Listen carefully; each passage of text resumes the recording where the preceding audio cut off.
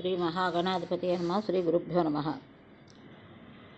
అశ్వమేధం ఇంద్రుడు పాప విముక్తి. విష్ణుమూర్తి చిరునవ్వులు చిందిస్తూ మేఘగంభీర కంఠస్వరంతో ఇలా బదులు పలికాడు. దేవతలారా, భయపడకండి.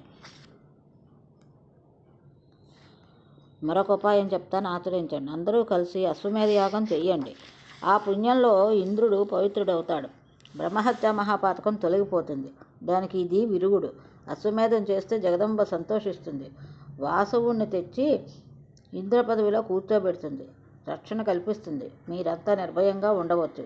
జగదీశ్వరి కరుణించిందంటే బ్రహ్మహత్య సకల పాపాలు తొలగిపోతాయి. నామస్మరణ చేస్తేనే చాలు. అటువంటిది ఆమెకు ప్రీతికరంగా హైమేధం చేస్తే ఇక చెప్పాలా? అలాగే సచీదేవి కూడా దేవితో కూడా దేవీ పూజలు చేయించండి. ఆవిడకు వచ్చిన కష్టాలన్నీ తొలగించేస్తుంది. జగన్మాత నహుషుడి సమ్మోహపరిచి వాడి పాపాలతో వాడిని నశింపజేస్తుంది. మీరు చేసే అశ్వమేధంలో ఇంద్రుడు పవిత్రుడై వెనకటి వైభవాన్ని తిరిగి పొందుతాడు. సింహాసనం అధిష్ఠిస్తాడు. త్వరలోనే మీ కోరిక నెరవేరుతుంది. వెళ్ళండి, వెంటనే యాగం ప్రారంభించండి అన్నాడు విష్ణుమూర్తి. దేవతలు సంబరపడ్డారు. పద్మనాళంలో దాక్కున్న ఇంద్రుడి దగ్గరికి వెళ్ళారు. విషయం చెప్పి ఓదార్చారు.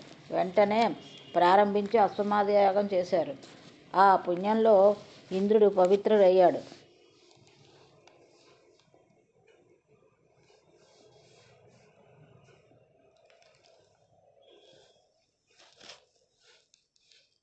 తనకు చుట్టుకున్న బ్రహ్మహత్య మహాపాతకాన్ని వృక్షాల మీదకి, నదుల్లోకి, భూమిపై ఉన్న స్త్రీలకు విసిరేశాడు. పాపజ్వరం నుంచి పూర్తిగా విముక్తుడయ్యాడు. తగిన సమయం కోసం ఎదురు చూస్తూ అలాగే అదృశ్యుడిగా ఆ పద్మనాళంలోనే ఉండిపోయాడు. దేవతలందరూ స్వర్గానికి తిరిగి చేరుకున్నారు. ఒకనాడు సచీదేవి బృహస్పతిని అడిగింది, గురుత్తమా, అశ్వమేధం చేశామన్నారు, ఇంద్రుడి పాపం తొలగించేసామన్నారు, మరేడి నా భర్త కనపడ్డేమిటి? ఆయన దర్శన భాగ్యం లభించే ఉపాయం చెప్పండి అని అభ్యర్థించింది. పౌలోమి, నువ్వు జగదీశ్వరిని ఆరాధించాలి. ఆవిడ అనుగ్రహిస్తే తప్ప నీకు భర్త దర్శనం లభించదు. నహుషుడు సమోహపరిచి పదవీభ్రష్టుని చేసి నీ భర్తను సింహాసనం ఎక్కిస్తుంది. జగన్మాతను ఆరాధించు అని చెప్పి దేవగురువు దేవీ మంత్రాన్ని ఉపదేశించాడు. సచీదేవి సకల భోగాలను పరిచయించి తాపసీ వేషం ధరించి బలిపుష్ప ప్రదానాలతో భక్తిగా జగన్మాతను ఆరాధించింది. దేవీ మహామంత్రాన్ని ఉపాసించింది. జగదీశ్వరి సంతృప్తి చెంది సౌమ్య రూపంలో దర్శనం అనుగ్రహించింది. హంసవాహనం మీద కోటి సూర్య ప్రకాశాలతో కోటి చంద్ర శీతలంగా కోటి మెరుపులు రూపుదాల్చినట్టుగా ప్రత్యక్షం అయింది. 4 వేదాలని ధరించింది. పాస అంకుశ వరద అభయ హస్తాలతో కనిపించింది. పాదాల వరకు వేలాడుతున్న మేలిమి ముత్యాల దండ ధరించింది. 3 కన్నులతో చిరునవ్వులు చిందిస్తోంది. బ్రహ్మాది పిపీలికా పర్యంతం సకల సృష్టిని నిర్వహించిన జగన్మాత కరుణామృత సాగర, అనంత కోటి బ్రహ్మాండ నాయకి, పరమేశ్వరి, సౌమ్యానంతర సాంచిత, స్తనద్వయ విరాజిత సర్వేశ్వరి, సర్వజ్ఞ, కూటస్థ, అక్షరరూపిణి ప్రసన్నురాలయ్యింది. చక్రవల్లభ, అనుగ్రహిస్తున్నాను, వరం కోరుకో. కోటి జన్మల పుణ్యం ఉంటే తప్ప ఎవరికీ లభించిన దర్శనం నీకు అనుగ్రహించాను. నీ ఉపాసనకు సంతోషించాను. వరం కోరుకో అంది.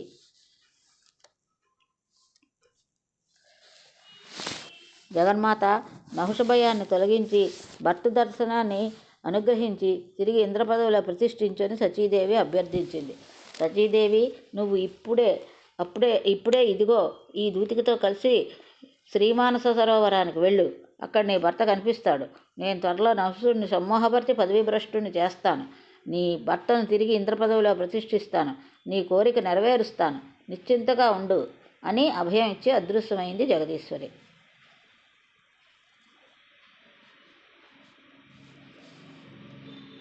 దేవదూతిక సచీదేవిని సరోవరాన్ని తీసుకుని వెళ్ళింది. ఇంద్రుని చూపించింది. ఇంద్రాణి ఆనంద పరవశం అయింది. ఆనంద దుఃఖాల సమర్థంతో ఉక్కిరిబిక్కిరవుతున్న సచీదేవిని చూసి ఇంద్రుడు ఆశ్చర్యచకితుడయ్యాడు. దేవి, ఇక్కడికి ఎలా రాగలిగావు? నేను ఇక్కడ ఉన్నట్టు ఎలా తెలిసింది? ఏ ప్రాణికి తెలియని చోట రహస్యంగా దాక్కున్నాను. నువ్వెలా తెలుసుకోగలిగావు? నాదా, జగన్నాథ అనుగ్రహంతో తెలుసుకోగలిగాను. నిన్ను చేరుకోగలిగాను. దేవతలు, ఋషులు కలిసి నహుషుడిని నీ పదవిలో కూర్చోబెట్టాడు. అతడు నన్ను హింసించసాగాడు. తనను భర్తగా స్వీకరించమని నిర్బంధించాడు. దేవతలు కూడా అతడి మాటను కాదనలేక నన్నే సముదాయించారు. ఆడదాన్ని, ఒంటరిగా ఉన్నాను. బృహస్పతి ఉన్నాడన్నమాటే కానీ అతడేం చేయగలడు? బ్రాహ్మణుడు, దుర్బలుడు. నన్ను ఎలా రక్షించుకోవాలో తెలియక దినదిన గండంగా రోజులు గడుపుతున్నాను. నేను గృహిణిని, కులటను కాలేను. నా మనసు ఎప్పటికీ నీకే అంకితం. పాతివ్రత్యాన్ని వదులుకోలేను. అక్కడ నాకు రక్షణ లేదు. నౌషుడు నుంచి కాపాడగలిగే వాళ్ళు ఎవ్వరూ కనిపించలేదు. దిక్కుదేని దాన్ని అయ్యాను.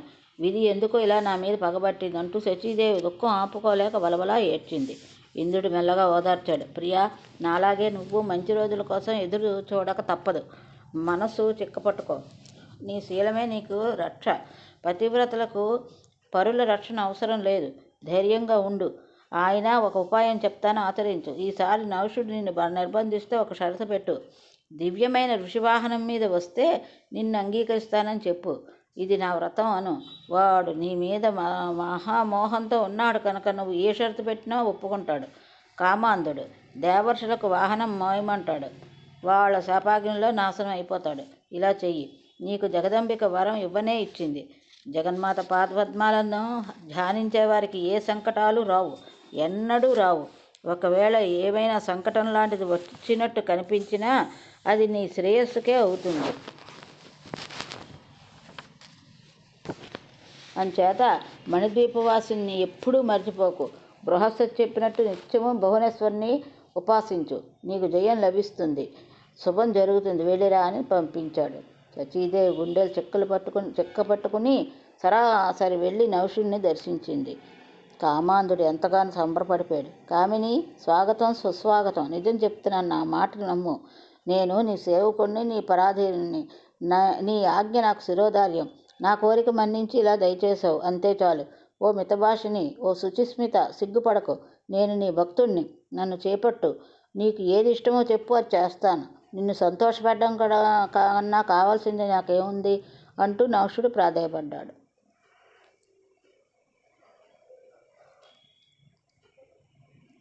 సచీదేవి తన అసహ్యాన్ని మనసులోనే అణుచుకుని సిగ్గుతో రంగరించి చిరునవ్వులు చిందించింది. కృత్రిమ వాసవ, ఇప్పటికే నువ్వు చేయవలసిందంతా చేసావు. అయినా ఓ చిన్న కోరిక ఇప్పుడే మొలకెత్తింది, తీరుస్తానంటే చెప్తాను. సచీ, సందేహించకు, అడుగు. నీ కోసం ఏదైనా చేస్తాను. అది ఎంత అలభ్యమైనా సరే ఆజ్ఞాపించు. ఇంద్రాన్ని ఆశ్చర్యంగా విలాసంగా కనుబొమ్మలు ఎగరేసింది. చూపుల్లో అల్లార్చింది. రాజేంద్ర, చేస్తానంటున్నావు, సరే. తీరా అడిగాక కాదంటావేమో. నమ్మకం కుదరకుండా ఎలా అడగను? పైగా మీ పరిపాలకుల్లో సత్యవాదులు చాలా అరుదని విన్నాను. తరచుగా మాట తప్పుతూ ఉంటారట కదా. అంచేత ఏదైనా ప్రతిజ్ఞ చేసి ఒట్టు వేసి నాకు నమ్మకం కలిగిస్తే తప్ప నేను అడగను బాబు. సుందరి, నీ మాట జవదాటను. నువ్వు అడిగిందే చేస్తాను. యజ్ఞాలు దానాలు చేసి నేను సంపాదించుకున్న మొత్తం పుణ్యం మీద ఒట్టేసి చెప్తున్నాను. మాట తప్పను. నిస్సంకోచంగా అడుగు. కాదు, ఆజ్ఞాపించు. అయితే అడుగుతున్నాను, అది తీర్చావంటే నీకు వశం అవుతాను. ఇదే నా ప్రతిజ్ఞ. విను. ఇంద్రుడికి గుర్రాలు, ఏనుగులు, రథాలు ఇవన్నీ వాహనాలు. వాసుదేవుడికి గరుడు వాహనం, యముడికి మహిషం, శంకరుడికి వృషభం, బ్రహ్మదేవుడికి హంస, కుమారస్వామికి నెమలి, వినాయకుడికి ఎలుక. ఇలా ఎవరికి వాళ్ళకి వాహనాలు ఉన్నాయి కదా. మరి నీకు వాహనం ఏది? నీకు ఒక అపూర్వమైన వాహనం ఉండాలని నా అభిలాష.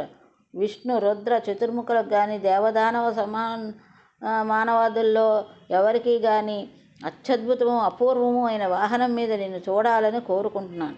మహర్షులు మోస్తుండగా బంగారు పల్లకి మీద నువ్వు దర్జాగా వస్తూ ఉంటే చూసి ఆనందించే అవకాశం నాకు కల్పించు. ఇదే నా ముచ్చట తీరుస్తావు కదూ, మాట తప్పవు కదూ. సకల దేవతా సార్వభౌముడిగా అప్పటికి కానీ నేను గుర్తించను. రాజేంద్ర, ఈ వాహనం వల్ల నీ తేజస్సు తప్పకుండా మిన్నుముడుతుంది సుమా. జ్ఞానదుర్బలుడే నౌషుడు ఆ మాటలు విని హాయిగా నవ్వాడు. మహాదేవి కల్పించిన వ్యామోహం తలకెక్కింది. సచీదేవిని మెచ్చుకుంటూ బదులు పలికాడు. తన్వి, నిజం చెప్పావు. నాకు అపూర్వమైన వాహనం ఉండవలసిందే. నీరదవేణి, నీ కోరిక చెల్లిస్తాను. నీ ముచ్చట తీరుస్తాను. మహామునులు పల్లకి మోసారంటే నా తేజస్సు దిగ్దిగాంతాలకి వ్యాపిందన్నమాటే. అల్పశక్తిమంతులకు వారు పల్లకి మొయ్యరు కదా. అలాగే బంగారు పల్లకీలో నీ దగ్గరికి వస్తాను. సప్తర్షులు, దేవర్షులు బోయిలవుతారు. ముల్లోకాలను నన్ను సమర్థుడిగా, సర్వాధికుడిగా, మహాతపస్సుగా గుర్తిద్దువు గాని అని చెప్పి సచీదేవిని వీడ్కొల్పి మహామనులకు కబురు పెట్టాడు. మళ్ళీ ఏం ప్రమాదం తెచ్చిపెట్టాడు అని ముళ్ళంతా బెలవలా వచ్చారు. మహర్షులారా, నేను ఇంద్రుణ్ణి, సర్వశక్తి సంపన్నుని. మీరు సిగ్గు లజ్జ విడిచిపెట్టి నా ఆజ్ఞను నెరవేర్చాలి. ఇంద్రాసనం దక్కిందే తప్ప ఇంతవరకు ఇంద్రాన్ని నాకు దక్కలేదు. ఇప్పుడు పిలిచి మాట్లాడాను. మునియానం మీద వస్తే నన్ను అంగీకరిస్తానని ప్రేమగా చెప్పింది. అందుచేత మీరంతా కలిసి నాకు ఈ పని చేసి పెట్టాలి. నా మనసు శచీదేవిని వాంఛిస్తోంది. మన్మత్తాపం తట్టుకోలేకపోతున్నాను. మీరు దయతలచాలి. మిమ్మల్ని శరణు వేడుతున్నాను. ఈ అద్భుత కార్యం నిర్వర్తించి ఉపకారం చేసి పెట్టండి. నహుషుడు ఇలా బతిమాలుకున్నాడు. అగస్త్యాది సప్తర్షులు దయతలిచారు. భవిష్యత్తు తెలిసి అంగీకరించారు. నహుషుడు ఆనందం పట్టలేకపోయాడు. శచీదేవి చేజిక్కినట్టే మురిసిపోయాడు. పల్లకి ఎక్కి కూర్చున్నాడు. మహర్షులు బోయీల వలె మోస్తున్నారు. కామార్తుడే ఆలస్యాన్ని తట్టుకోలేక సర్ప అంటే నడు నడు అని అదిలించాడు. ముందు వైపుకు కొమ్ముకొస్తున్న అగస్త్యుడిని త్వరగా నడు అంటూ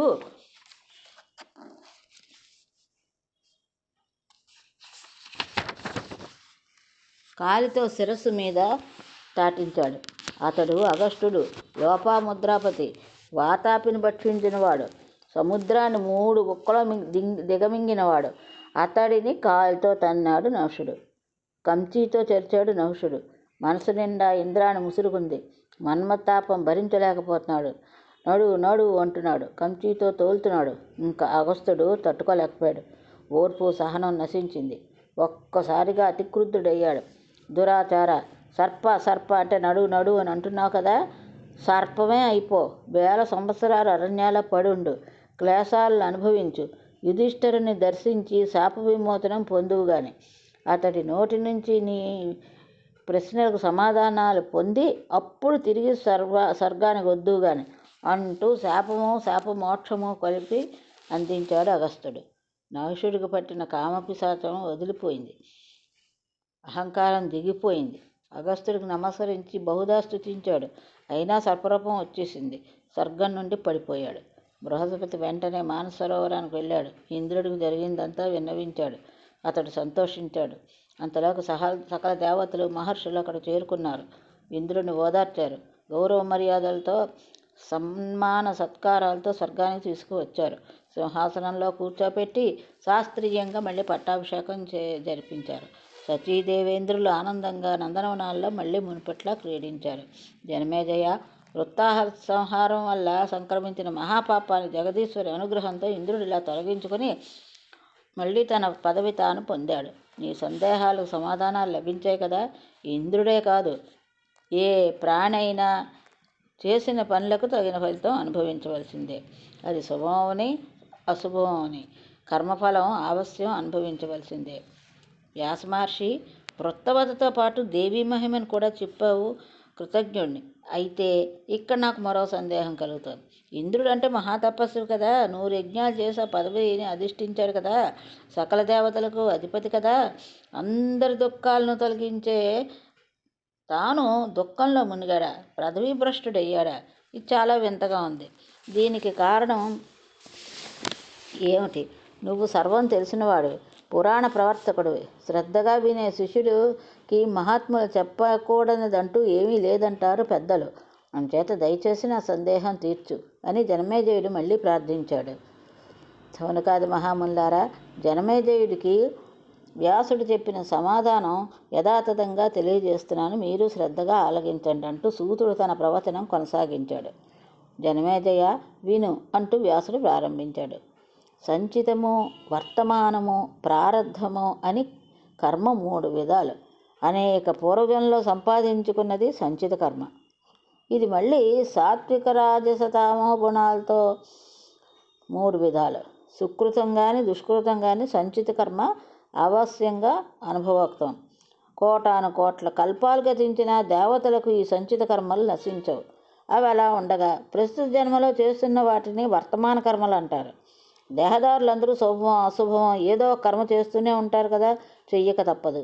సంచిత కర్మల నుంచి ఏదో కొంత భాగాన్ని ఇటు తెచ్చి ప్రస్తుత జన్మారంభంలో కాలం వర్తమాన కర్మకు ప్రేరణ ఇస్తుందని అనుకుంటాను.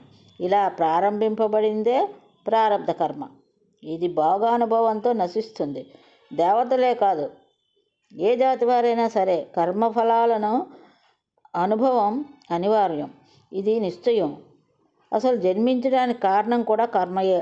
సకల ప్రాణులకు కర్మక్షయమే జన్మనాశనం. బ్రహ్మేదాంధ్రులు కర్మవశులు కాని పక్షంలో వీరికి శరీర రూపాలు ఎలా వచ్చాయి? ఈ దేహమే కదా సుఖదుఖాది కర్మఫలాలకు అనుభవ భూమి. అయితే వీటిలో కొన్నింటిని కాల పరిపాకం వల్ల వేగం వస్తుంది. త్వరగా అనుభవ దశ ముగిసి కొన్ని కర్మలు క్షయిస్తాయి. ప్రారంధవశం వల్ల ప్రాణి పుణ్యకర్మలు కానీ పాపకర్మలు కానీ చేస్తాడు. దేవతలైతే ఇంతే. నరనారాయణులు చూడు కృష్ణార్జులుగా జన్మించారు. ఇది మునులు చెప్పిన పురాణ పీఠిక. అధిక విభంతో విరాజిల్లేవాడు దైవాంశ సంభూతుడు అన్నమాట. ఋషి కానివాడు కావ్యం రచించలేడు. రుద్రుడు కానివాడు రుద్రుడిని అర్చించలేడు. దేవాంశ లేని వాడు అన్నదానం చెయ్యలేడు. విష్ణువు కానివాడు పృథ్వీపతి కాలేడు.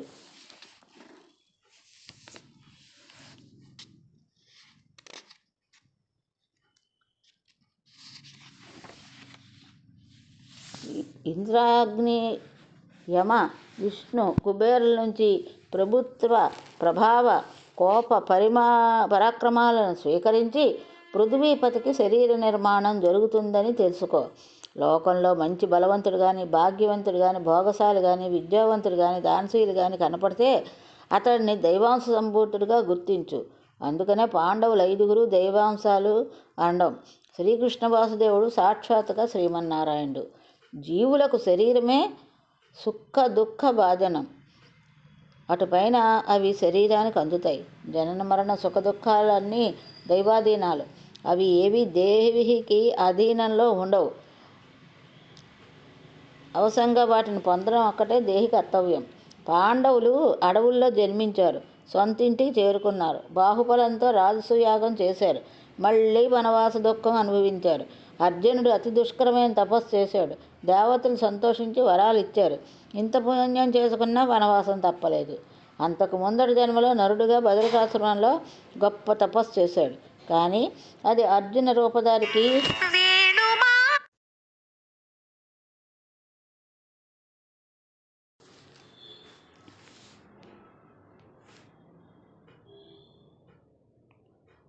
దేవతలు సంతోషించి వరాలు ఇచ్చారు. ఇంత పుణ్యం చేసుకున్నా వనవాసం తప్పలేదు. అంతకు ముందు జన్మలో నరుడుగా బదరికాశ్రమంలో గొప్ప తపస్సు చేశాడు. కానీ అది అర్జున రూపధారికి ఏ ఫలాన్ని ఇవ్వలేదు.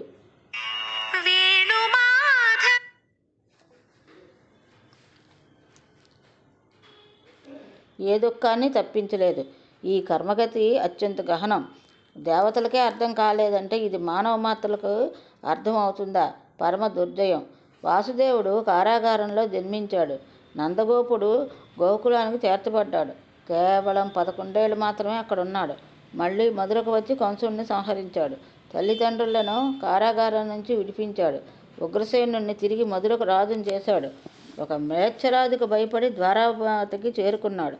అక్కడ అనేక కార్యక్రమాలు నిర్వహించి ప్రభాస తీర్థంలో దేహం చాలించి సకుటుంబంగా నిష్క్రమించాడు. అతడి పుత్ర పౌత్ర బాంధవ మిత్ర సమూహం అంతా బ్రాహ్మణ శాపం వల్లే నశించిపోయింది. అందుచేత ఓ జన్మేజయ, కర్మగతి ఎవరికి అర్థం కాదు, అత్యంత గహనం. కట్టకడపటికి వాసుదేవుడు ఒక బోయవాడి బాణం దెబ్బకు దిగవంతుడు అయ్యాడు. వ్యాసుడు చెబుతుంది వింటున్న జన్మేజయుడికి మరొక ఆలోచన వచ్చింది.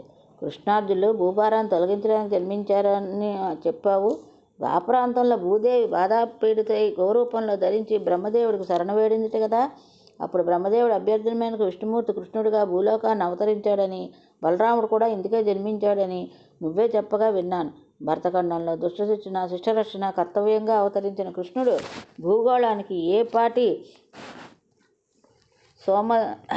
భారం తొలగించాడు? ఎందుకు దురాచారాలను తొలగించాడు? భీష్మ ద్రోణ విరాట ద్రుపద బాహ్లిక సోమదత్త కర్ణ వైకర్తలను కూడా తొలగించాడే. కృష్ణపత్రులను దోచుకున్న దొంగలను ఇంకా మిగిలిన ఉన్న దుష్టులను ఎందుకు సంహరించలేకపోయాడు? ఆభీరశక్క ప్లేచ్చ నిషాదులను ఇంకా కోట్ల సంఖ్యలో మిగిలే ఉన్నారు. మరి ఇంక ఈయన తొలగించిన భూభారం ఏమిటి? అది ఏమిపాటి? ఈ సందేహం నన్ను చాలా కాలం పీడిస్తోంది. దీన్ని తొలగించు. అదీ కాక ఈ కలియుగంలో ప్రజలందరూ బాహాటంగా నిస్సంకోచంగా పాపాలు చేసేస్తున్నారు. ఇదేమిటి విచిత్రం? నువ్వే నన్ను సమాధానపరచాలి అంటూ జనమేజయుడు మరొక అంశ లేవనెత్తాడు. వ్యాసుడు ఆరంభించాడు. ఇది ఈరోజు భాగవతం. ఇంతటితో స్వస్తి.